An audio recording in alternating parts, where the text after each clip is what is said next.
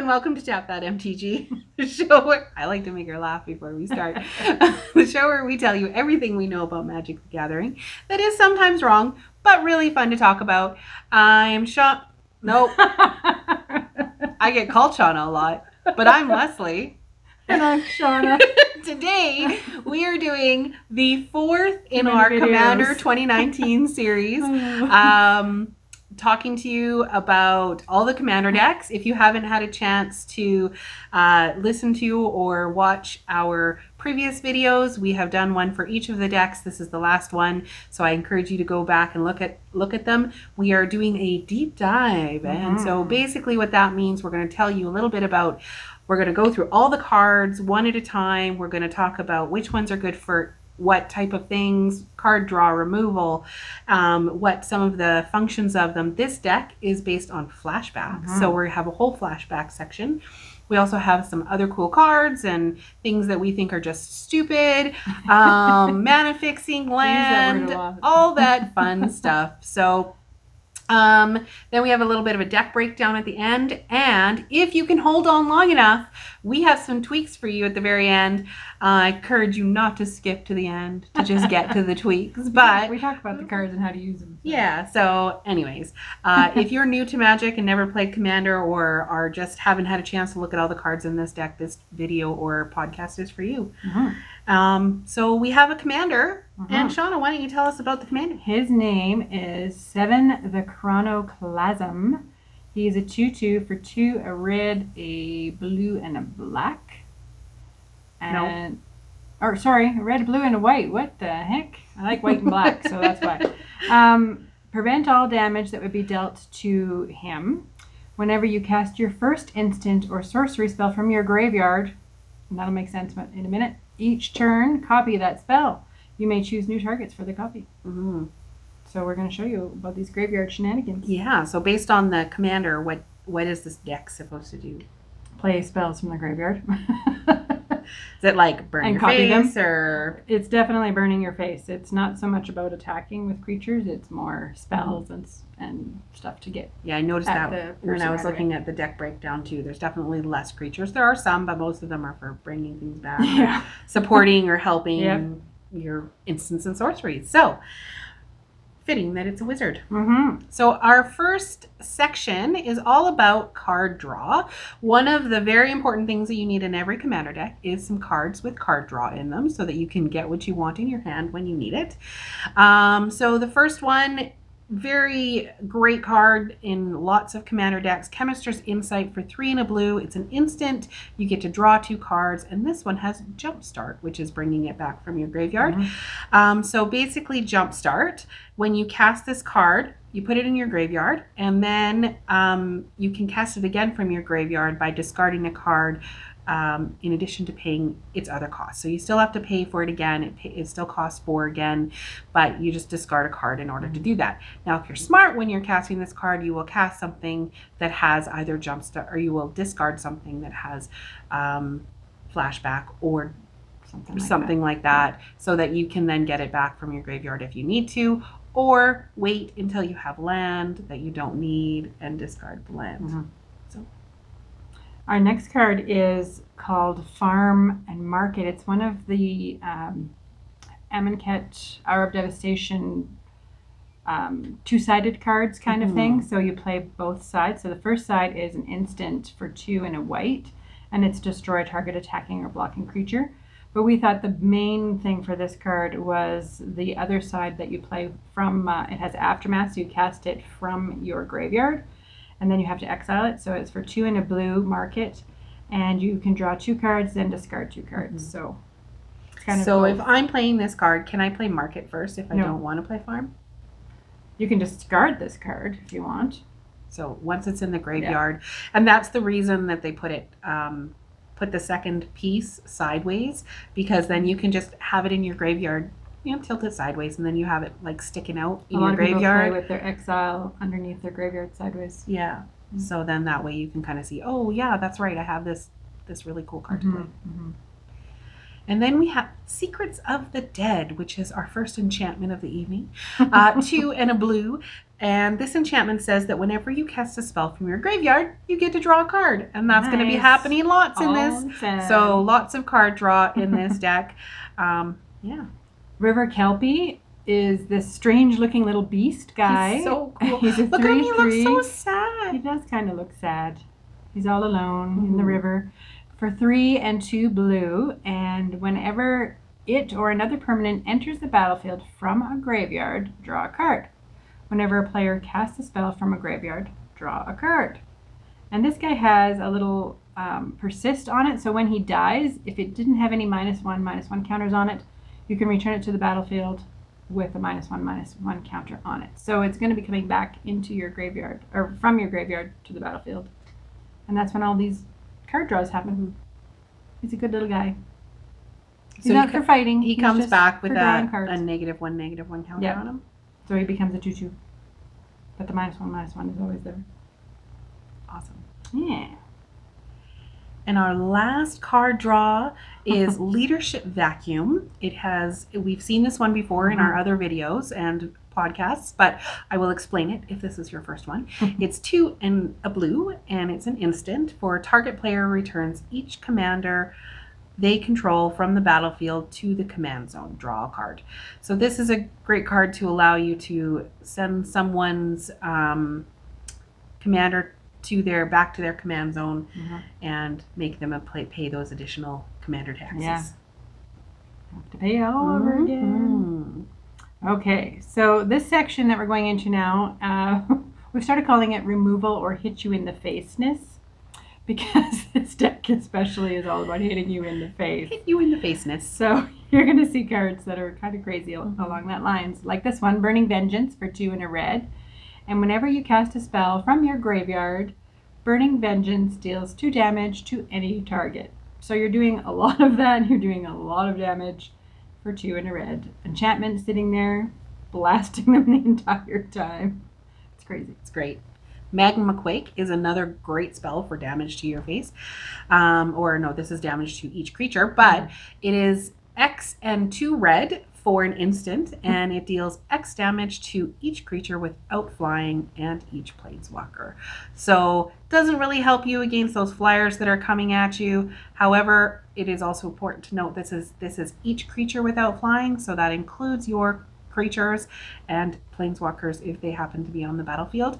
X cost just means whatever you want to pay. So if you have 2 red and 15 mana, then pay those 2 red and 15 mana and do 15 damage to each creature without flying. It's been done. Wall of Stolen Identity for 3 and a blue. It is a 0/0, but it's a shapeshifter wall, so that gives you a clue. You may have Wall of Stolen Identity enter the battlefield as a copy of any creature on the battlefield. 10/10 Eldrazi, which we keep talking about. Except it's a wall in addition to its other types and has Defender. When you do, tap the copied creature, and it doesn't untap during its controller's untap step for as long as you control Wall of Stolen Identity. So you steal their best blocker guy and just leave him there. Blocker or attacker. Well, yeah, whatever. Steal whatever you want. Now you have a good blocker, and they can't attack you with theirs. It's Defender though, right? It's Defender, so it can attack. Yeah. So whatever you steal isn't going to be able to do anything for you attack-wise, but hopefully it's big. Yeah. We have another card that is a dual card. Refuse to cooperate. I love how these cards all have words that go together. Yep. Farm to market, refuse to cooperate. So this one is refuse to cooperate. The first part is 3 and a red, and refuse deals damage to target spell's controller equal to the spell's converted mana cost. So this is refusing someone's basically spell. They've cast something, it's on the stack, so you're going to refuse that by saying, hey, by the way, I'm going to deal damage to target spell's controller equal, or my opponent's controller equal to that spell's converted mana cost. So you just cast something that costs 10, I'm going to do 10 damage to you. because you cast 10 mana cost spell. Get them back for hurting you. Cooperate has Aftermath, which means, again, I can cast it from my graveyard, and I can copy target instant or sorcery spell, and I can choose new targets for the copy. It can be my spell, it can be their spell, it's instant speed, so whatever spell you want. If you want to just double up on your own spells, that's fine too. It's only 2 in a... 2 in a blue, yep. So you can copy their big spell if you want. Okay, so now we have our Planeswalker for this deck, and it's good old Ral Zarek for 2 and a blue and a red. I don't know if this one must have been printed before, I'm sure. For 4, and he is, for his +1, you tap target permanent, then untap another target permanent, so tap theirs and untap yours. For -2, it deals 3 damage to any target. Nice. For -7, flip 5 coins. Take an extra turn after this one for each coin that comes up heads. So a bit random there, but we put it in the removal because of the 3 damage to any target. Yep. It's what you're probably going to use it for the most. We move to the flashback section. So this is where the good flashback really starts to happen. So we have a Backdraft Hellkite for 3 and 2 red. It's a 4/4 dragon, which is great. 4/4 for 5, flying. And when Backdraft Hellkite attacks, each instant or sorcery in your graveyard gains flashback until the end of the turn. And sorcery. Yes. The flashback cost is equal to its mana cost. So a lot of times the flashback cost is different than the mana cost, and so it's just letting you know that the flashback cost is whatever the instant or sorcery's mana cost is. Unless it already has flashback, then it would be whatever the flashback cost is, or that's the cost that you would use, obviously.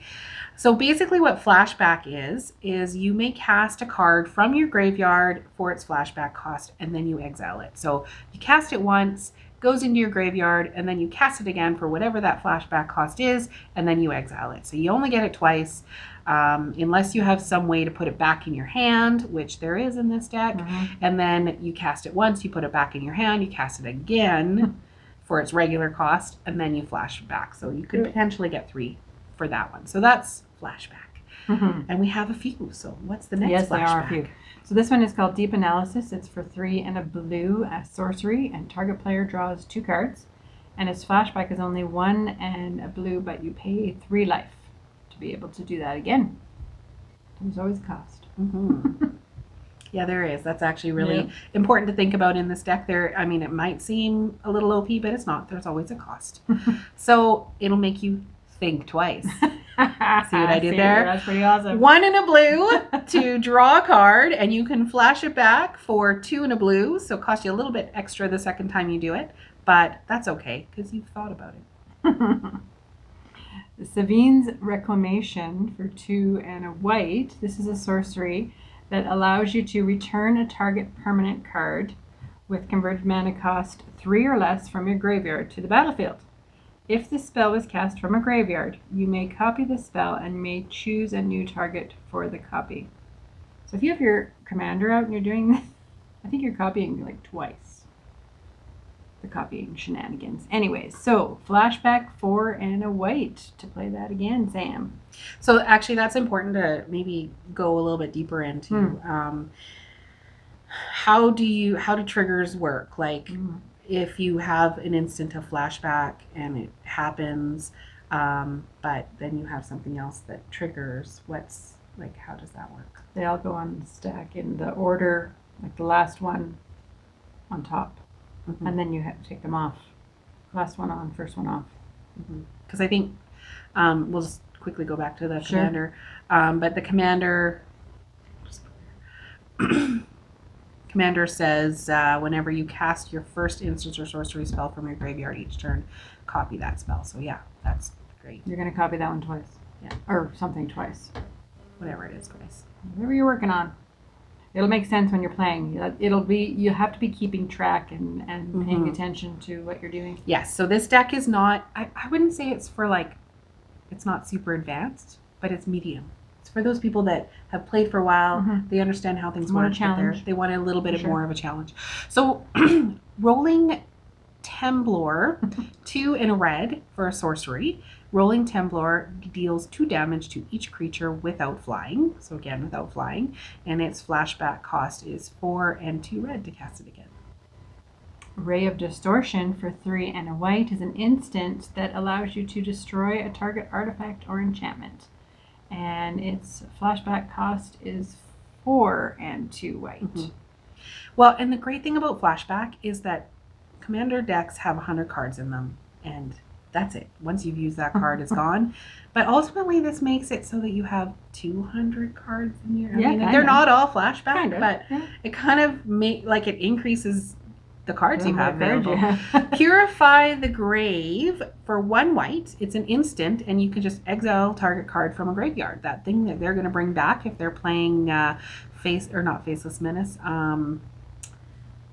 The one that you like. Oh, Madness. Yeah, the Madness deck. What's it called? Rage. Merciless Rage. Sorry, brain fart. But the cool thing about this one is flashback is also 1, so it doesn't cost any more. You just exile target card from a graveyard and flashback, and you can do that in the same turn. So you can, as long as you have mana, you can cast a flashback cost. Prismatic Strands for 2 and a white is another instant, and prevent all damage that sources of the color of your choice would deal this turn. So you're going to say that their green creatures can't hurt your blue ones or whatever. And its flashback is to tap an untapped white creature you control. Cool, different. Yeah, different kind of cost there. We have a blue flashback card next, Mystic Retrieval for 3 and a blue sorcery. Return target instant or sorcery card from your graveyard to your hand. So that's the one we were talking about. You can return it to your hand and then maybe get that spell 3 times in the game. Its flashback cost is 2 and a red. So it has 2 different costs or 2 different colors on this card. Kind of interesting. Mass Diminish. I love this for card. 1 and a blue. So it's this so little sorcery, cute. he's got under bell jar things. He's got these giant animals shrunken into nothing. He's got a little rhino and a giraffe on his table. So until it'll make sense here in a sec.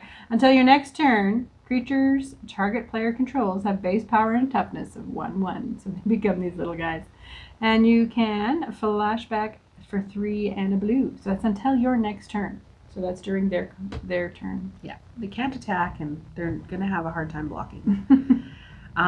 Increasing Vengeance for 2 red. It's an instant. Copy target instant or sorcery spell you control. If the spell was cast from a graveyard, copy that spell twice instead. You may choose new target for the copy. So much math. So much. So first of all, you have to control it. So it has to be something that you have put on the stack. You copy it, and if it's a flashback, if you're flashing it back from your graveyard and you're using this on it, then it happens twice. So you have to remember the order that things go on the stack. So again, every time you cast a spell, it goes on the stack, and anything that they cast in response goes on the stack, and everything resolves or comes off the stack happens going from the last thing that was cast to the first thing that was cast. Just pay attention. Yeah. It'll be okay. You can do it. I've done it with my goblin grandma. All right, so Increasing Devotion for 3 and 2 white. It's a sorcery, and you create 5 1/1 white human creature tokens. If the spell was cast from a graveyard, create 10 of those tokens instead. Flashback for 7 and 2 white. So the first time you're getting 5, the second time you're getting 10, now you have 15. Yeah. And if you copied it, you're getting another 10, which is twice. I don't even want to. It's just, yeah. That's fun. Have lots of dice out when you play this deck. Yeah, you're going to need to purchase some kind of counters or make sure you have tokens. Yeah.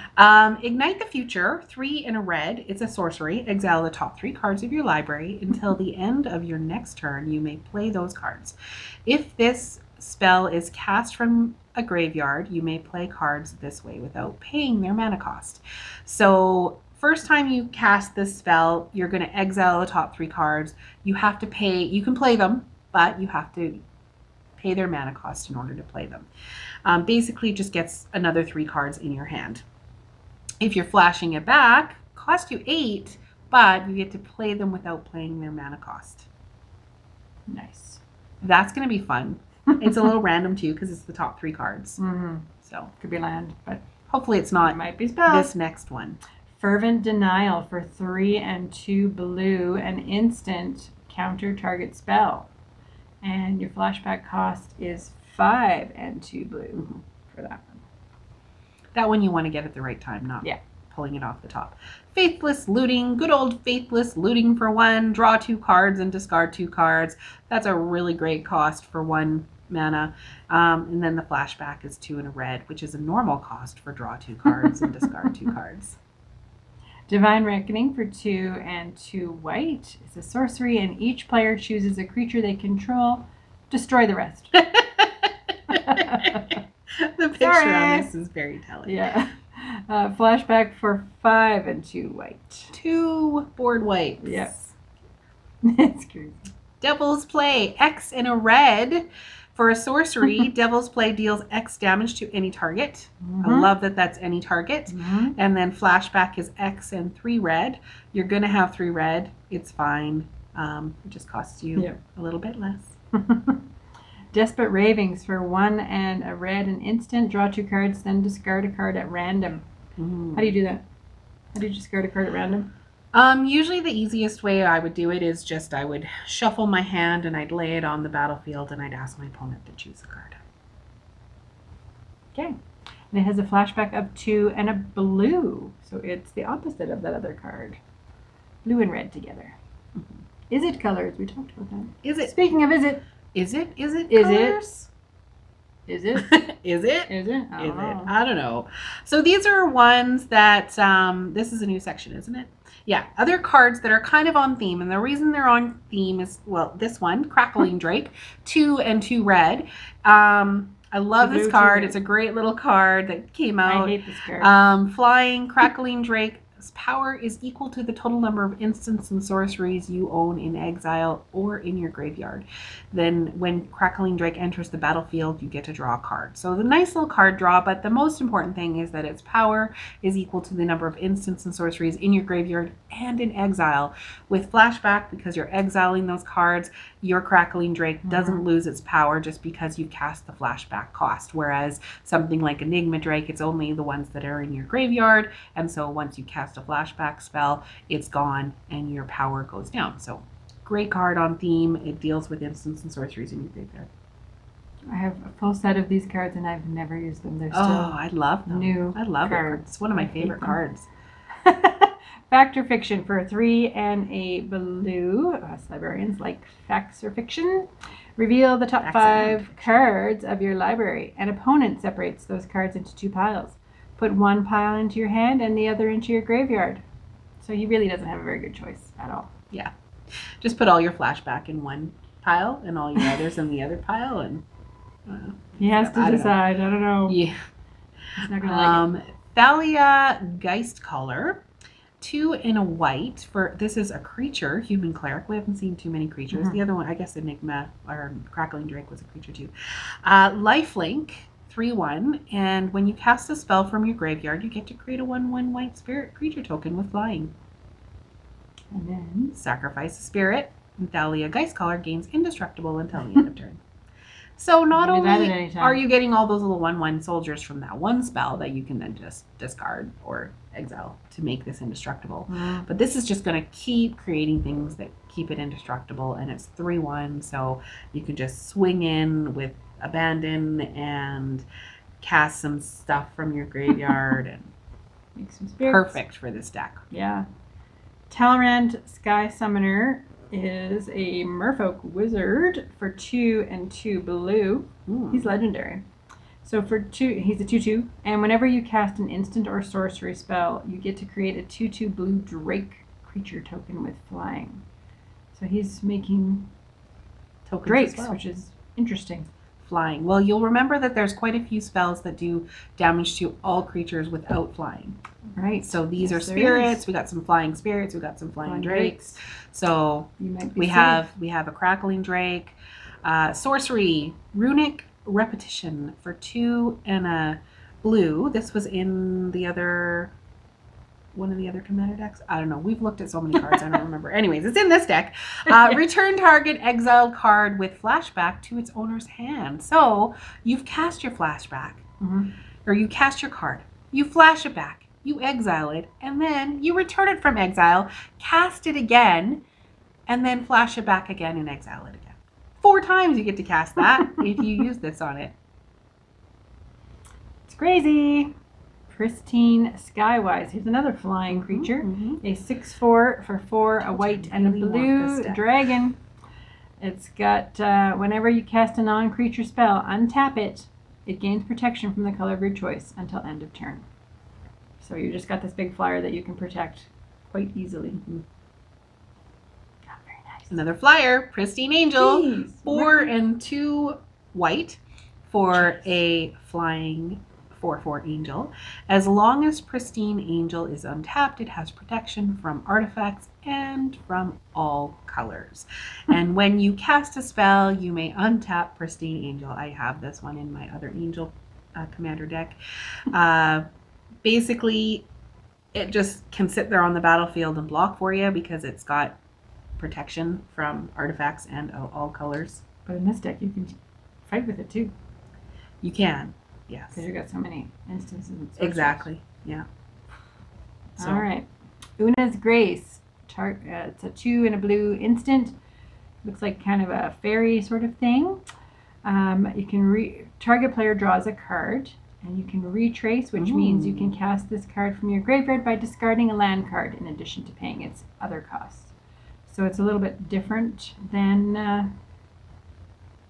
we're talking about Flashback. But you're still playing it from your graveyard. Yeah, so this one's just discarding the land. Jace's Sanctum, 3 and a blue for an enchantment.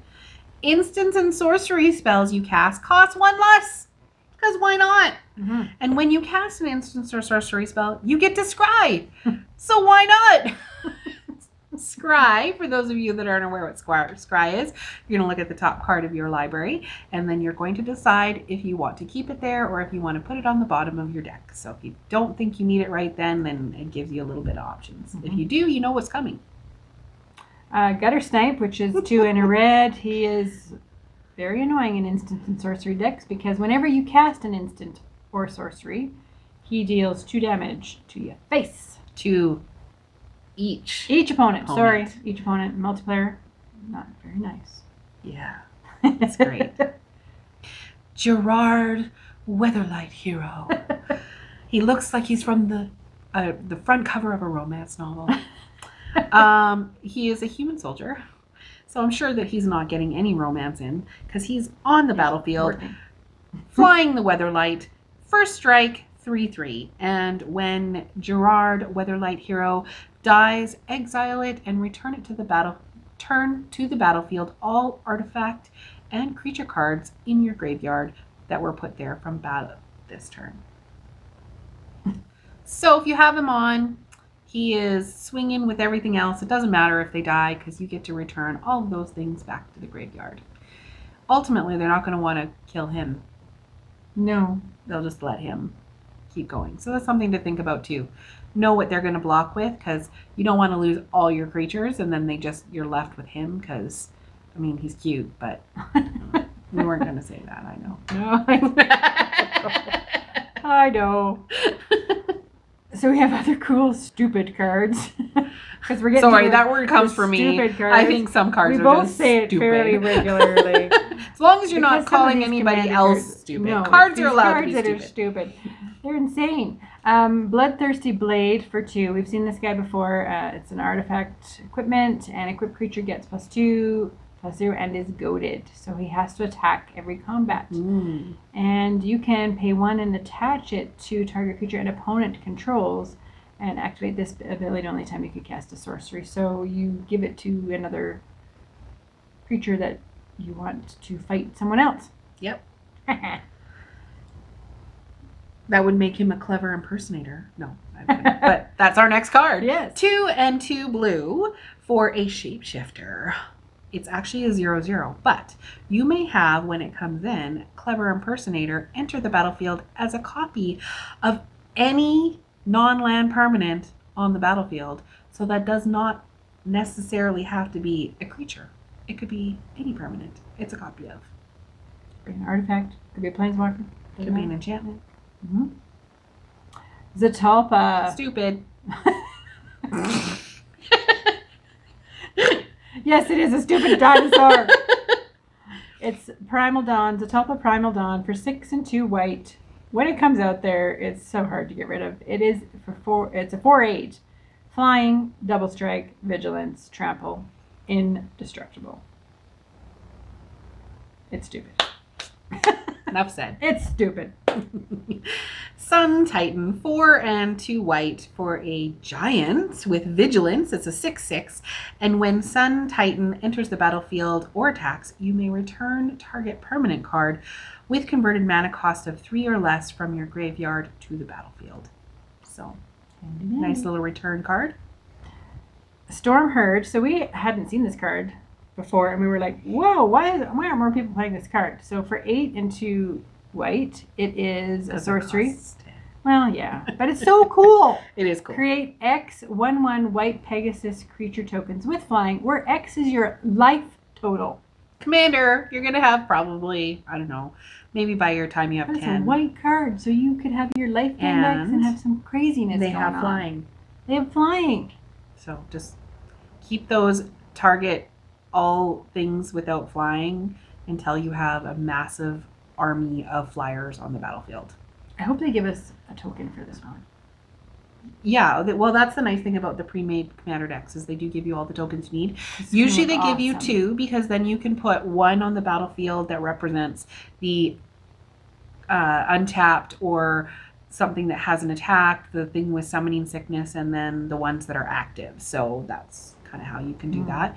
Mandate of Peace is 1 and a white for an instant. Cast this spell only during combat, which you should anyway, because, you know, instants. Your opponent can't cast spells this turn.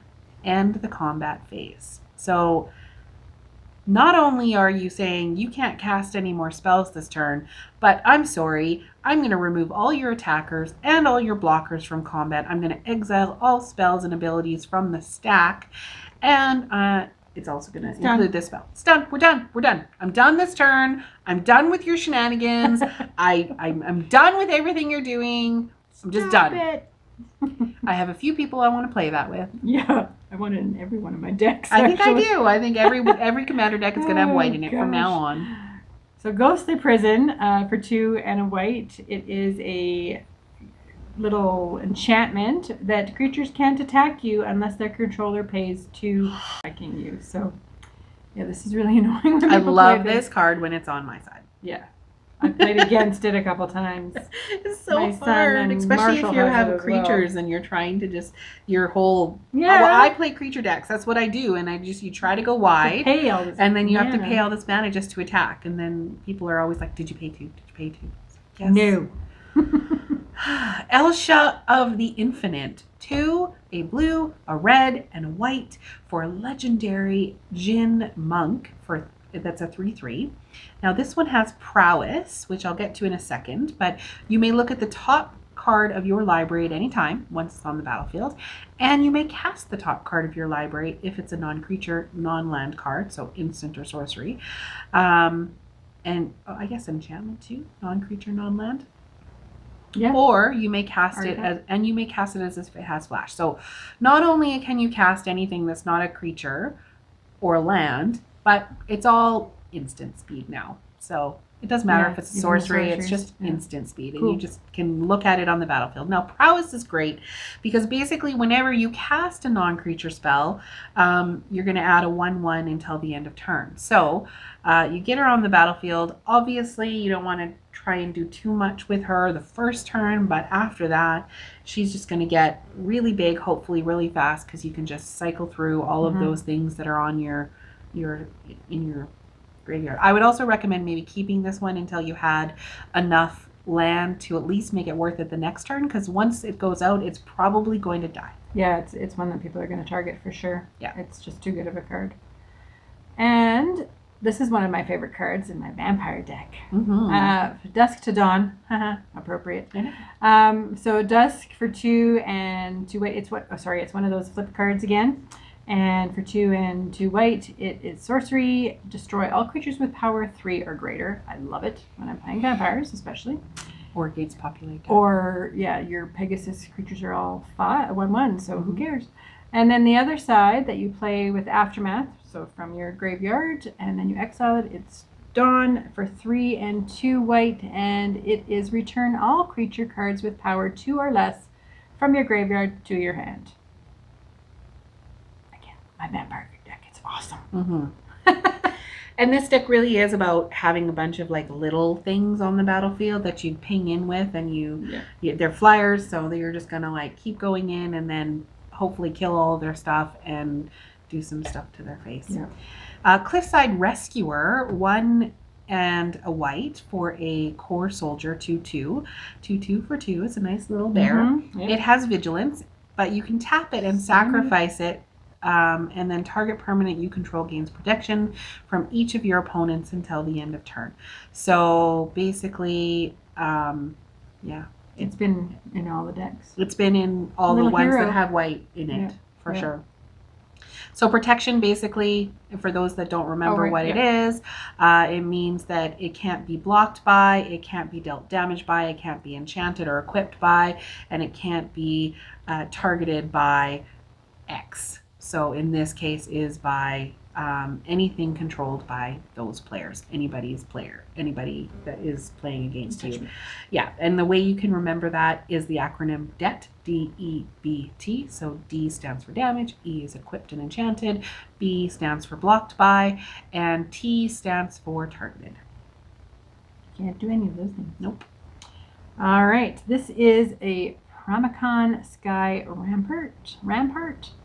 For 1 blue, 1 red, and 1 white, so all of your commander colors. It's a legendary creature, a wall. Looks really cool.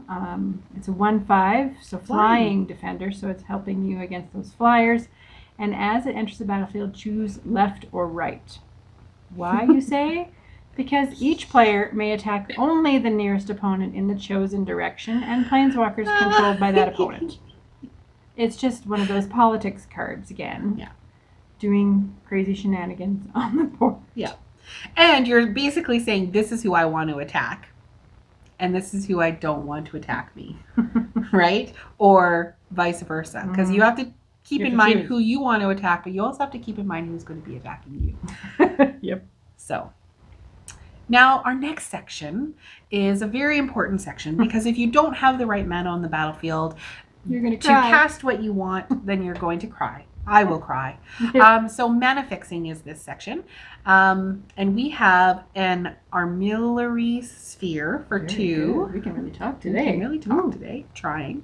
Artifact for 2. For 2 and tapping it, sacrifice Armillary Sphere and search your library for 2 basic land cards, reveal them and put them into your hand, then shuffle your library. So I love, you just get to go, you sacrifice it, you search for 2. You pay 2, you search for 2, and get another 2 on the battlefield in the next couple turns.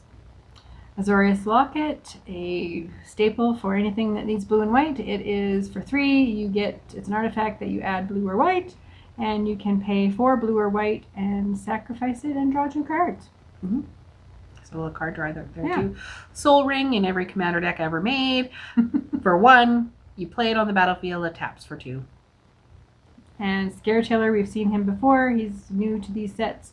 He's for 4. He's a 1/4 little scarecrow dude. And whenever he becomes tapped, you choose whether you want to put a land card from your hand onto the battlefield tapped, or return one from your graveyard tapped. Which is, if you need to discard a card for something and you've discarded a land, now this is a way to get those back in. Yeah. Works better in the Madness, but we did talk about that earlier. Is it Locket? Same as the Azorius Locket. You're going to basically add a blue or a red. Once it's on the battlefield, it taps. It's a little mana stone. Empowered Auto Generator for 4. It enters the battlefield tapped, and you can tap it and put a charge counter on it and add X mana of any one color, where X is the number of charge counters on it. So you just sit there and tap it every turn, and you got lots of And when you to deal tap with. it, you're getting that mana at the same time, right? So you tap it, and then you get X mana. So the first time you tap it, you're getting 1. Yeah. Second time you tap it, you're getting 2 mana. That's a good point. Third time you tap it, you're getting 3 mana that you can spend right away. So it's not even, some of them are you tap it to get a charge counter, and then you take them off to get, but no, this is like, we're just going to tap it and get mana, and tap it and get mana. All this mana floating. Oh my gosh, floating mana. Of any one color. Of any one color. And so floating mana. Oh, yes. When should we do floating mana? Well, it has to stay in that phase Yeah. of the turn. So you have to be ready to play a whole bunch of things. Yeah, so mana empties out at the end of each phase.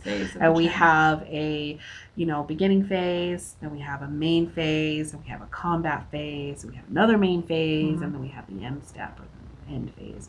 So those are, in between each of those things, your mana is emptying out. You can't just kind of carry it over, unless you have a card that says you can carry it over, but it's something to remember. Ready to use it. Mm-hmm. So, Dockside Extortionist. I love this guy so much. He's the best looking goblin ever. 1 and a red for a goblin pirate 1/2. When Dockside Extortionist enters the battlefield, you create X treasure tokens, where X is the number of artifacts and enchantments your opponents control. And basically what treasure tokens are, they're just little artifacts, little treasures that you sacrifice to pay for any color of mana that you want. So there's definite mana fixing there. That's good. Love it if you're playing against someone that's playing artifact decks, and pretty much every commander deck has some artifacts in it, but that person that's playing all these little thopters, now you have like all these little treasure tokens. It's great. Thanks for the mana. Mm-hmm. Commander Sphere for 3. It is an artifact, and you tap it to add 1 mana of any color in your commander's color identity. Or you can sack it and draw a card. Mm-hmm. And final in our mana fixing, we have Burnished Heart for 3. It's a nice little elk 2/2 creature. Graceful looking. Very graceful looking. And you can pay 3 and sacrifice Burnished Heart to search your library for up to 2 basic land cards, put them onto the battlefield tapped, then shuffle your library. So you don't even have to put them in your hand. In this case, you can just put them straight on the battlefield tapped. It's a nice little card. Use them next turn, And it's a 2/2, so it's a creature. Yeah. Then we're into our land, and we've got some that we've seen before, but the first one is Ash Barrens, and you can add a colorless mana, or you can do basic land cycling, which means you can pay 1 and discard that card instead and go looking for a different basic land. Mm-hmm. And then we have a couple that come in, and when they enter the battlefield, they enter tapped.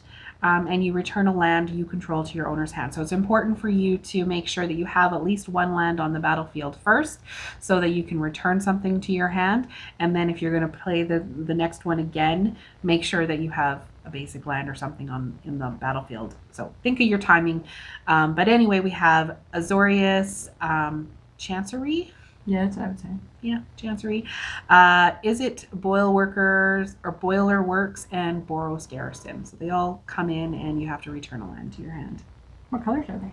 Oh yes, well they're both 2 colors. Yes. So we have a blue white and a blue red and a red. Kind of can white. tell from the name. Yeah. If you don't know about these names, watch our other video about our explanation about those names. That's good. Not everyone's watching the video. Some of you wonderful listeners out there in podcast land are listening.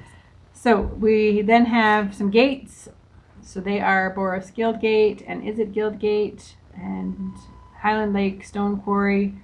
I think that's only we just have 4 that they come in tapped, and you can use them for either color. So Boros is red and white. The Izzet Guild Gate is blue or red, and Highland Lake is blue or red, and Stone Quarry is red or white. So you've got lots of sources of mana. Nice choice. And Command Tower, another staple for all commander decks. Add 1 mana of any color in your commander's color identity. You want to get that on the battlefield. Once you get it out, you're like, phew! Yeah. Exotic Orchard is tap it for add 1 mana of any color that a land an opponent controls can produce. So we've had that in every one too. Hopefully they're not playing mono black. Because who cares? Yeah. And then there are 3 in this deck. I believe there's 3 in all the decks that have tap and search for a basic land. So we have Evolving Wilds, which you sacrifice and search for a basic land card and put it onto the battlefield, tap, then shuffle your library. Terramorphic Expanse, which you sacrifice, search your library for a basic land and put it onto the battlefield, tap, then shuffle your library. But Myriad Landscape is a little bit different. It enters the battlefield tapped. You can use this one for mana if you want as colorless while you need to, but when you decide you need those 2 basic land cards, you can pay 2 and sacrifice it and get 2 basic land cards that share a land type, so they have to be the same, and put them onto the battlefield tapped, then shuffle your library. Nice. Yeah.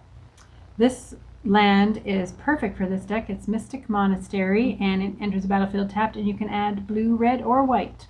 It's awesome.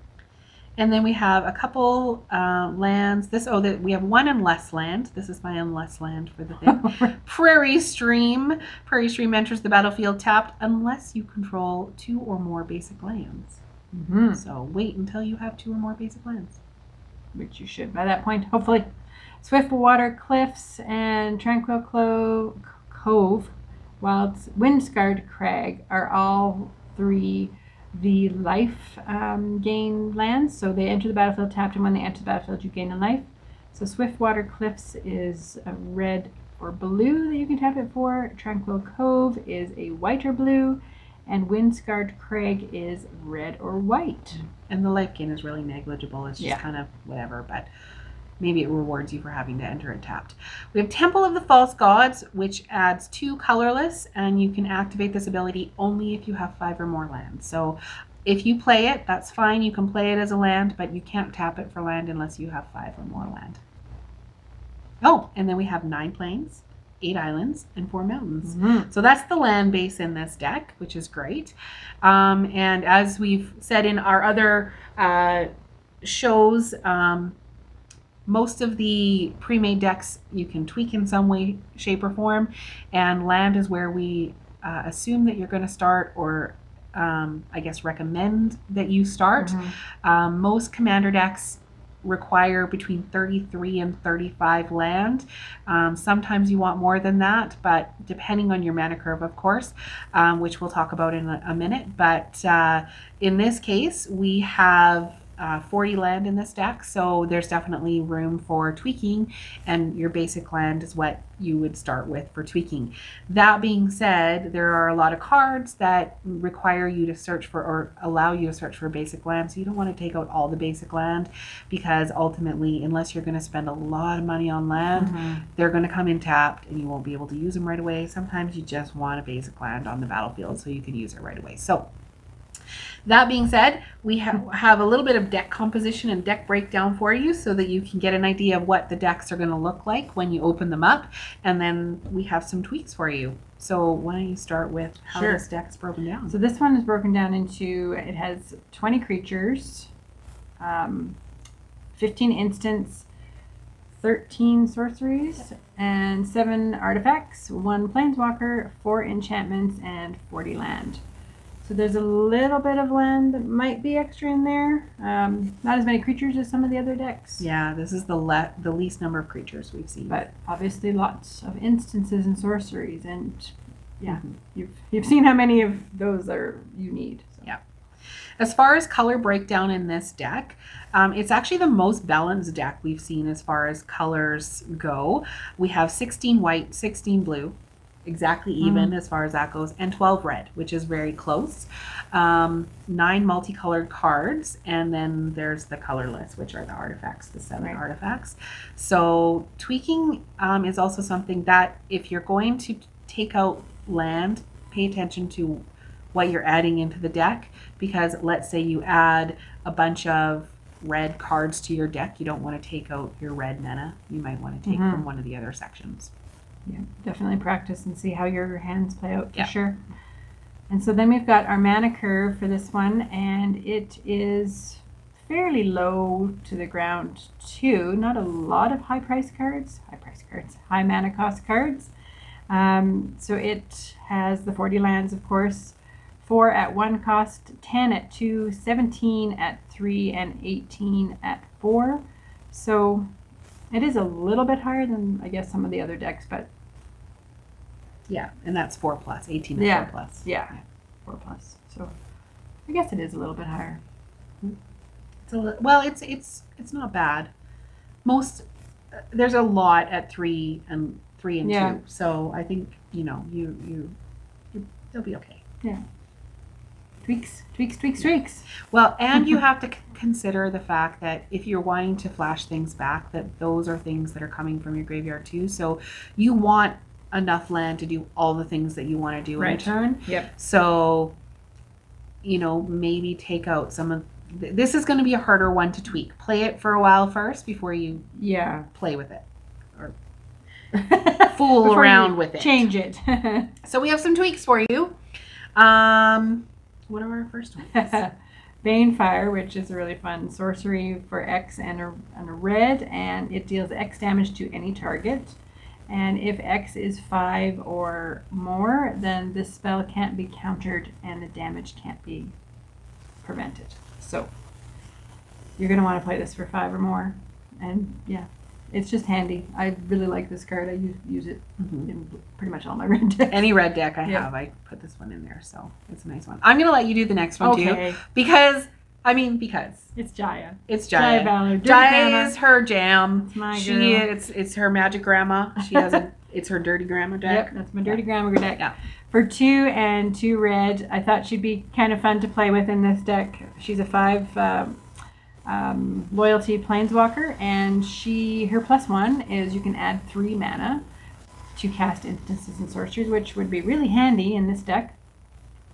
And you can also add, do her +1. Her other +1 is to discard up to 3 cards, then draw that many cards. So you've got options there with her. That's one of the reasons why I like her. Options. And then her -8 is you get an emblem with you may cast instant and sorcery cards from your graveyard. So if you're flashback, you can't afford it or whatever, you can just cast it. Yeah, you don't have to play the additional flashback. Great point. Yeah, you can just play it at its cheaper regular cost. So Fight with Fire, we put in here just because we felt as far as the colors go, there is less red. So maybe adding some more red in here to do more damage to your face or killing their creatures would be nice. So Fight with Fire is 2 and a red. It has a kicker cost. So I'll get to kicker in a second. But basically Fight with Fire deals 5 damage to target creature.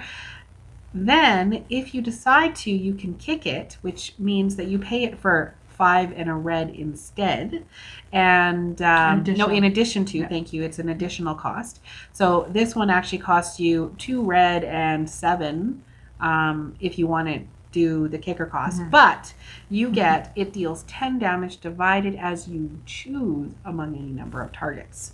So targets, you can target them, you can target their planeswalker, you can target their creatures, and it's 10 damage that you can play with around the board. So it also, you don't have to necessarily choose the same person. So if you're playing in a 4-player commander game, you can decide that you're going to kill, little Johnny's creature and little Susie's creature and little Shawna's creature as well.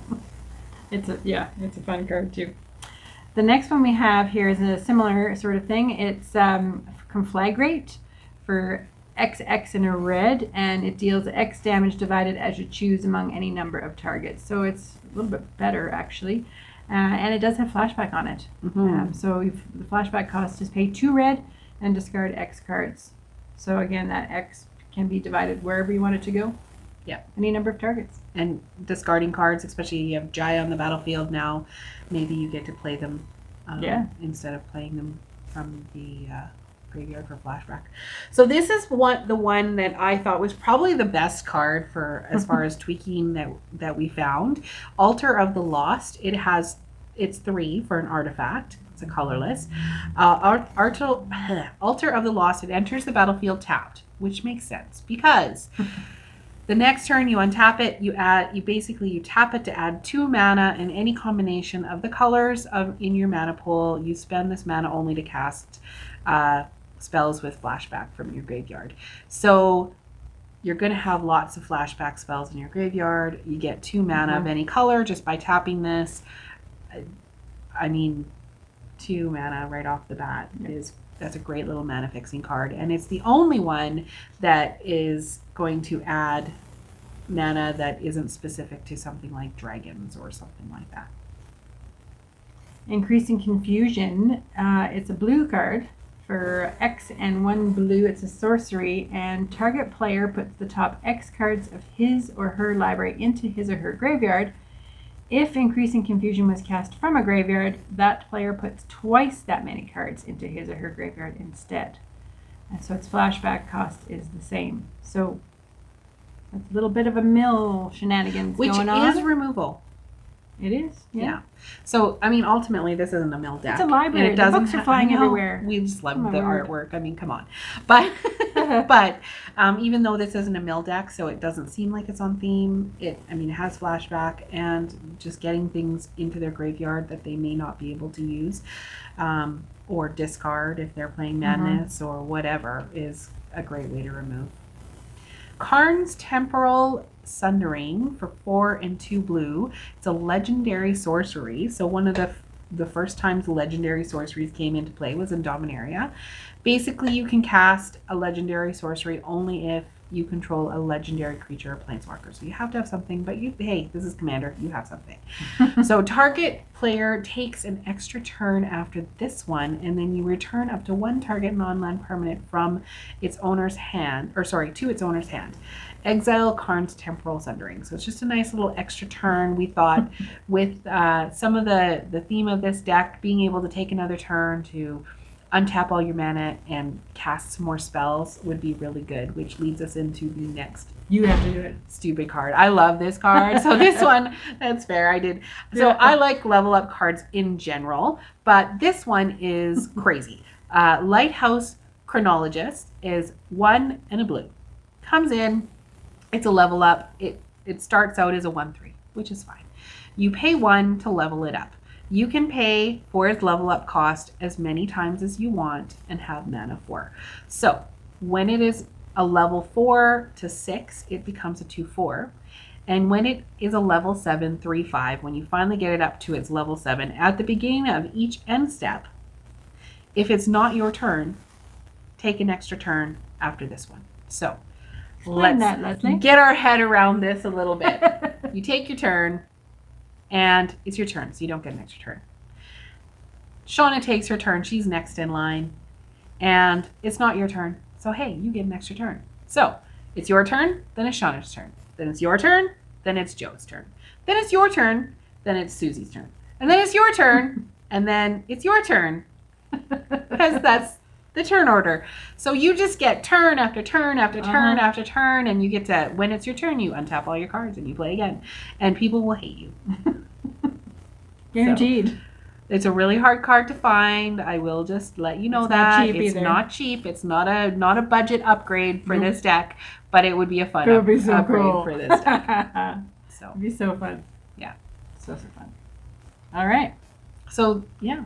That is our cards for our overview, our deep dive into the Mystic Intellect deck. And thank you for joining us and hanging out with us this long and through all 4 of these. If you've stuck with all 4 of them, that's great. If you haven't, they're still there. Too. You can go get them. Yeah. You can listen to them as well on our podcast. And we hope to do more of these. We really had fun doing these, so we will. Yeah, if you liked what you saw, or you have suggestions or anything like that, or if you have tweaks that you'd like to make to the deck, we'd love to hear from you. Please interact with us. We're on all the social media. We try to keep up with that as much as we can. We'd love to hear from you. So, yeah. Thank you for joining us. And in the meantime, tap those magic cards and have fun doing it. See you later, Bye. guys.